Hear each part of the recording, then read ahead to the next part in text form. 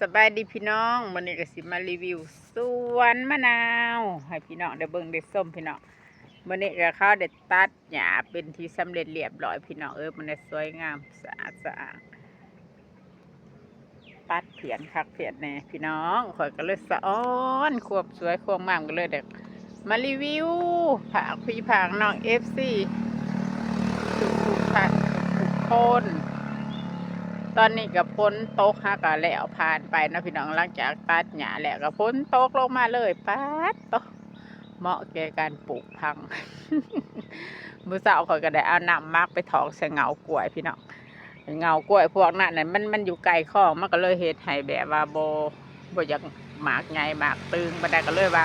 เอาน้ำมักน่ะไปถอกใส่แล้วก็เอาน้ำโพดเนาะบัดนี้ก็แล้วเรียบร้อยก็พอดีฝนตกลงมาบางกีนะเขาว่าเหมาะแก่การปลูกผักคือเก่าเนาะพี่น้อง ฝากพี่ฝากน้องFCเวิร์ดสุคนเด้ออีกโมมนี่เนาะเป็นโมมหนึ่งของการปลูกต้นมะนาวเลมอนแล้วก็เป็นพืชกินหมากเนาะพี่น้องทางนี้ทางโมมนี่ก็เป็นต้นซิดาแล้วก็ต้นมะเขือเทศมะแข้งมะเขือมะส้มโอพี่น้องแล้วก็เลมอนมะนาวสุดยอดเลยสุดยอดมากๆป้าตัวใบอันนี้ข่อยก็ล้นคักล้นในฝน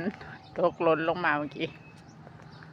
ผักเป็นแรงกำลังใจในเด้อพี่น้องบ่สุคนวันนาฬิกาแนว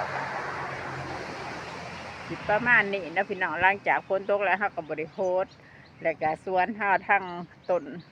ผักต้นหญ้าก็ถือว่าสำเร็จเสร็จสิ้นมื้อนี้ก็เป็นมื้อวันอาทิตย์แน่แล้วก็การงานเฮาก็เข้าที่เข้าทางเป็นระเบียบเรียบร้อยนะพี่น้องก็ว่ายากก็บ่ยากว่าง่ายก็บ่ง่ายพี่น้องก็พอเฮ็ดพอไปพอมาตามชีวิตประจำวันนะพี่น้องถือว่าสะดวกสบายแล้วก็มีความสุขหลายนะพี่น้องก็ขอบมุกขอบใจพี่น้อง FC เนาะทั้งทิศเหนือทิศใต้อยู่ไกลอยู่ต่างประเทศอยู่เยอรมันอยู่ฮอลแลนด์อยู่หลายๆเนาะแล้วก็พี่น้องชาวลาวชาวไทยของพวกเราก็เป็นกำลังแรงใจให้กับวันนาลีในเด้อพี่น้อง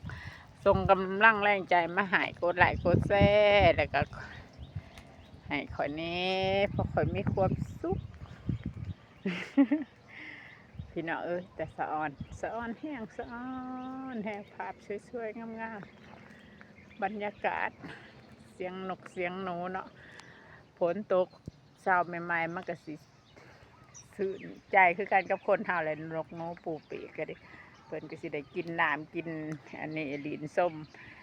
น้ำผลเนาะพี่น้องนี่ก็เป็นอีกกำลังใจหนึ่งคลิปหนึ่งที่ว่ามาฝากเพื่อนจ้า